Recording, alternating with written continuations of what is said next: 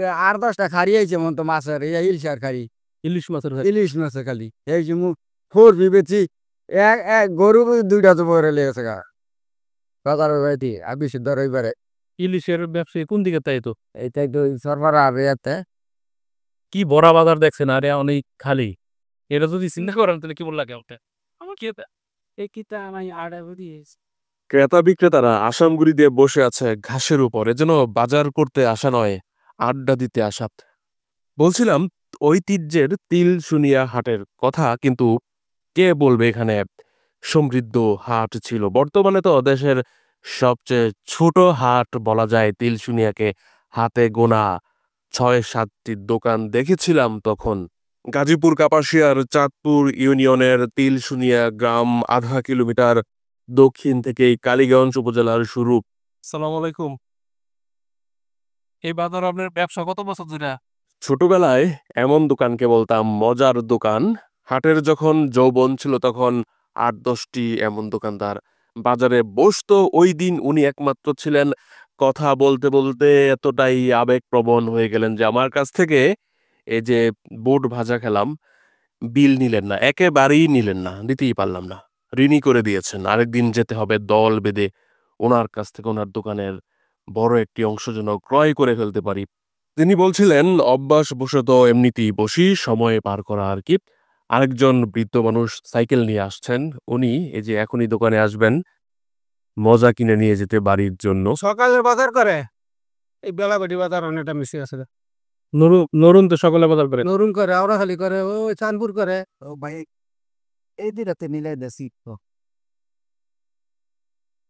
নাস্তা বাবা আমরা মুরব্বী এই বাজার এলে অনেক খারাপ লাগে না, কারণ একসময় যে জমজমা দেখছেন অনেক এরকম বাজারটা দেবো না বেসে মানুষের ওই এইটা ফেরের অবস্থা আছে রে বাজার বাজারটা ডাইট ব্যাগ আছে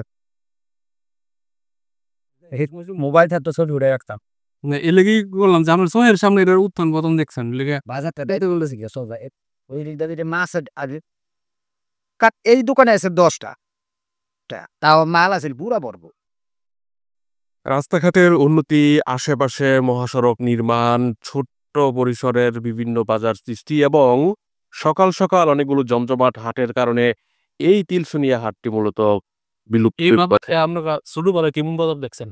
এই যা ছোটবেলা হোক পরে আসর আমি আসছিলাম এর ভিডিও করতে মানে দিয়ে যে 5-6টা দোকান মানে এখন এখন কোন যায় দেশের সবচেয়ে ছোট বাজার, কিন্তু এটার আগে মনে হয় পুরোটা ভর্তি। এটা পুরা বাজার বললে আসরক তো লাগে করে সম্ভব এই বাজারে তুমি আমি মানে আমি কি একদম ছোট বয়স থেকে বাজার আর অভিজ্ঞতা আছে বাড়ি আঙ্গায় না করতে মানে তো ইলিশ আছে কম না আমাদের এমন একটা ঐতিহ্যময় বাজার এবং খালি হয়ে গেছে।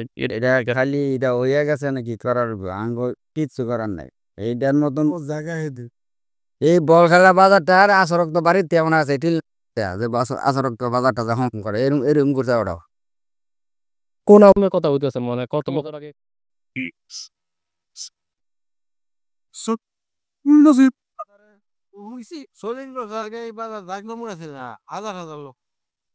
বর্ষাকালে এই তিলশুনিয়া অঞ্চল থেকে দেশীয় ফলগুলো নৌযানে করে যেত গাজীপুর সদর শহর বিভিন্ন অঞ্চলে। তখন বর্ষার হাটগুলো বেশি জমজমাট থাকতো। বিলের মাধ্যমে ট্রলার যোগাযোগ চালু ছিল। কাপাসিয়া উপজেলার এই অংশটাতে অর্থাৎ চাঁদপুর ইউনিয়নে তিলশুনিয়া বাজার ছাড়াও ঘাটকুড়ি এবং বলখেলাতে ঐতিহ্যের হাট বসতো। যদিও বর্তমানেও ঘাটকুড়ি বলখেলাতে হাট জমে এই হাটের চেয়ে অনেক বেশি। এটি তো মূলত বিলুপ্তির পথে এবং দেশের সবচেয়ে ছোট হাট।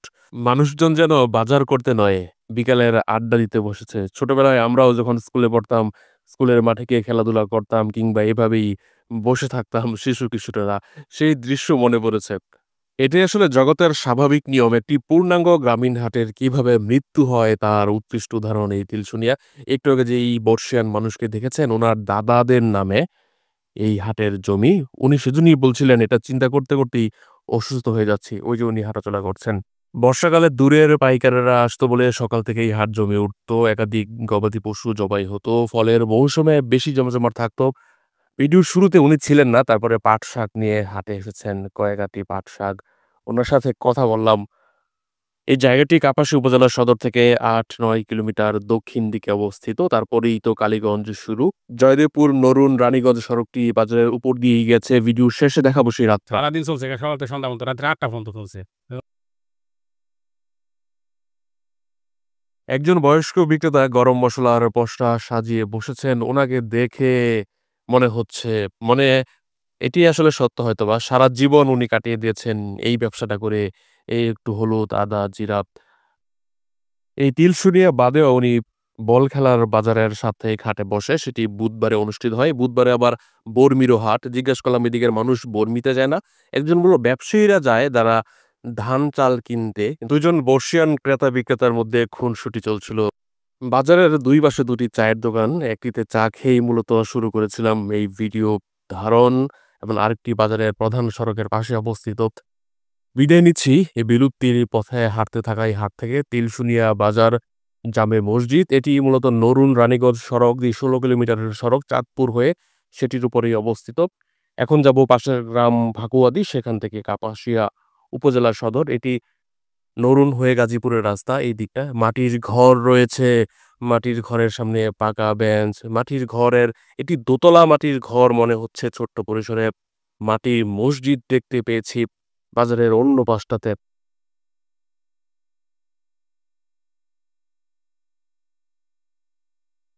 এই যে মাটির তৈরি মসজিদ, বিলুপ্তির পথে মাটির ঘরের স্থাপনা, তবুও এই তিলশুনিয়া বাজারে ৩-৪টি দেখতে পেলাম। ওনার সাথেই কথা হচ্ছিল বাজারে বসে। ভিডিওটি উপস্থাপনা করেছি আমি নাজিব মাহফুজ খান। এটি ভাকুয়াদি মোড়ের দৃশ্য। সেই বাজারের কাছেই এখানে আরেকটি বাজার।